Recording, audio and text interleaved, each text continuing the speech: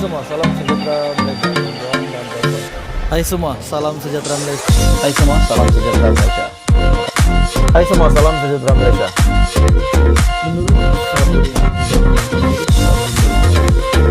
Hai semua, salam sejahtera Malaysia. Tuan dan Bapak semua.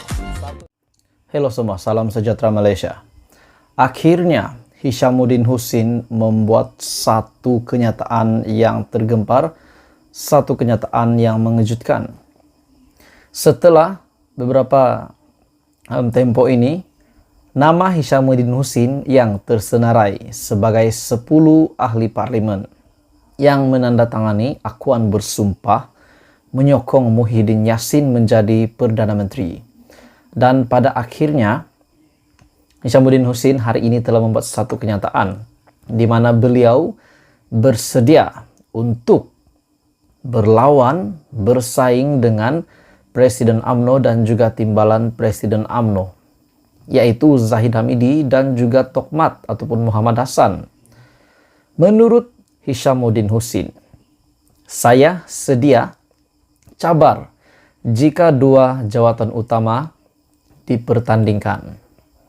Bekas naib Presiden UMNO tersebut, Datuk Seri Hishamuddin Hussein, bersedia untuk mencabar Datuk Seri Ahmad Zahid Hamidi dan juga Datuk Seri Muhammad Hassan pada pemilihan UMNO akan datang. Kesediaan itu dinyatakan ketika beliau ditanya mengenai pendiriannya sama ada jawatan Presiden dan timbalan Presiden UMNO perlu dipertandingkan pada pemilihan yang perlu diadakan sebelum pertengahan tahun. Beliau berkata, keputusan sama ada jawatan presiden atau timbalan presiden yang akan direbutnya hanya akan diputuskan selepas Perhimpunan Agung UMNO 2022 memutuskan sama ada dua jawatan itu dipertandingkan atau sebaliknya. Sudah pasti banyak pendapat daripada dalaman UMNO sendiri. Ada yang berpendapat bahwa dua jawatan itu tidak dipertandingkan.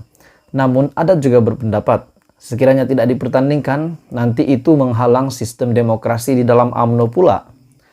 Kita kena tunggu mesyuarat Perhimpunan Agung UMNO kali ini. Kalau sekiranya keputusan hari ini ada pemilihan, saya sendiri tidak keberatan untuk memikirkan bertanding dalam pemilihan akan datang, katanya kepada media. Jadi tuan-tuan dan puan-puan semua, seperti spekulasi yang pernah dilakukan sebelum ini, di mana Hishamuddin Hussein yang memang menyokong Muhyiddin Yassin untuk menjadi Perdana Menteri. Walaupun kenyataan daripada salah satu ahli parlimen, 10 ahli parlimen yang menyokong, yang memberi tanda tangan akuan bersumpah kepada sokongan Muhyiddin Yassin menjadi Perdana Menteri, walaupun mereka, ke-10 mereka telah menarik sokongan itu selepas BN dan UMNO telah menyatakan sokongan kepada PH. Tapi spekulasi menyatakan bahwa sekiranya Hishamuddin betul-betul tidak suka dengan Anwar Ibrahim di dalam Pakatan Harapan, beliau boleh membawa satu blok UMNO keluar sekiranya beliau menjadi Presiden UMNO. Namun, adakah satu blok UMNO ini akan bersetuju dengan pendapat beliau? Itu pun sekiranya spekulasi ini benar-benar terjadi. Ahmad Zahid dalam ucapan dasar pemilihan Agung UMNO 2022 menyerahkan kepada perwakilan persidangan untuk menentukan sama ada dua jawatan tertinggi, yaitu Presiden dan timbalan Presiden UMNO akan dipertandingkan ataupun tidak perlu dipertandingkan. Pemilihan UMNO perlu diadakan dalam tempo 6 bulan selepas pilihan raya umum ke-15 pada 19 November yang lalu. Selaras pindaan perlembagaan UMNO supaya pemilihan parti di semua peringkat diadakan tidak lebih dari 6 bulan selepas diadakan sesuatu pilihan raya umum parlimen. Polemik mengenai isu timbul selepas beberapa pimpinan UMNO menggesa jawatan presiden dan timbalan presiden tidak dipertandingkan bagi menjaga perpaduan dan kekuatan parti. Kemarin, seramai 140 ketua UMNO bahagian tampil menyokong dua jawatan utama tidak dipertandingkan karena parti perlu bersolidariti bersama Ahmad Zahid untuk berdepan 6 PRN dalam masa terdekat. Jadi tuan-tuan dan puan-puan, apa komen Anda semua?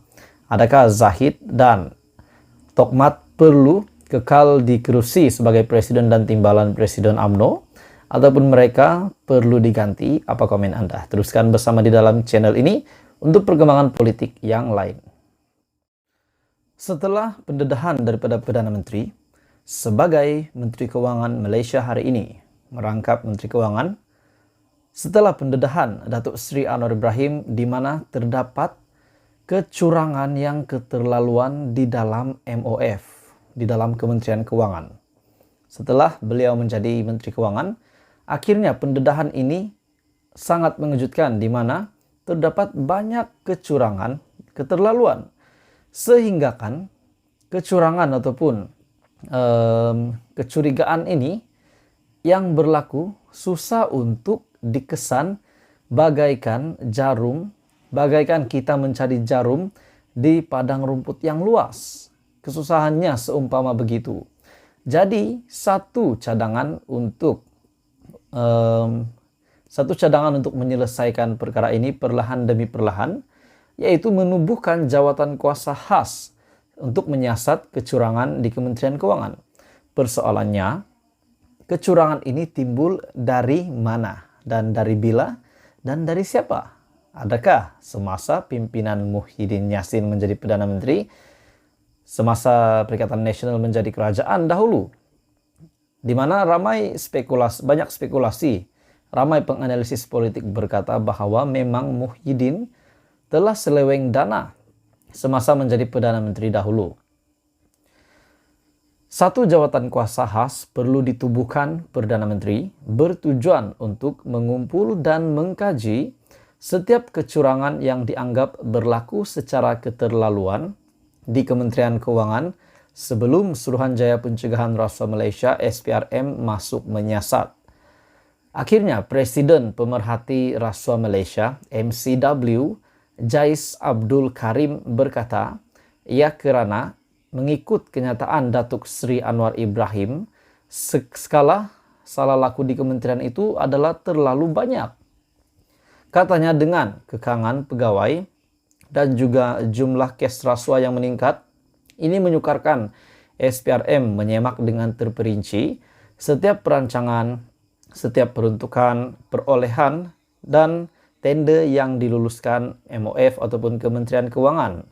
Oleh demikian, satu jawatan kuasa khas perlu ditubuhkan untuk membuat dapatan apa yang sedang terjadi di dalam Kementerian Keuangan dan mencari langkah untuk ketirisan ini dihentikan.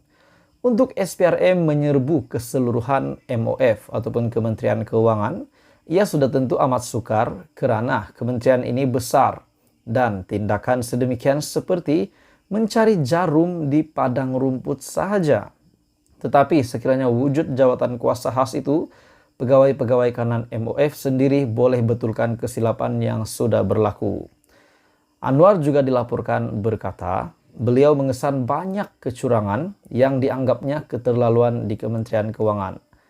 Perdana Menteri yang juga Menteri Keuangan berkata kecurangan itu dilihatnya ketika menyemak file-file di kementerian berkenaan.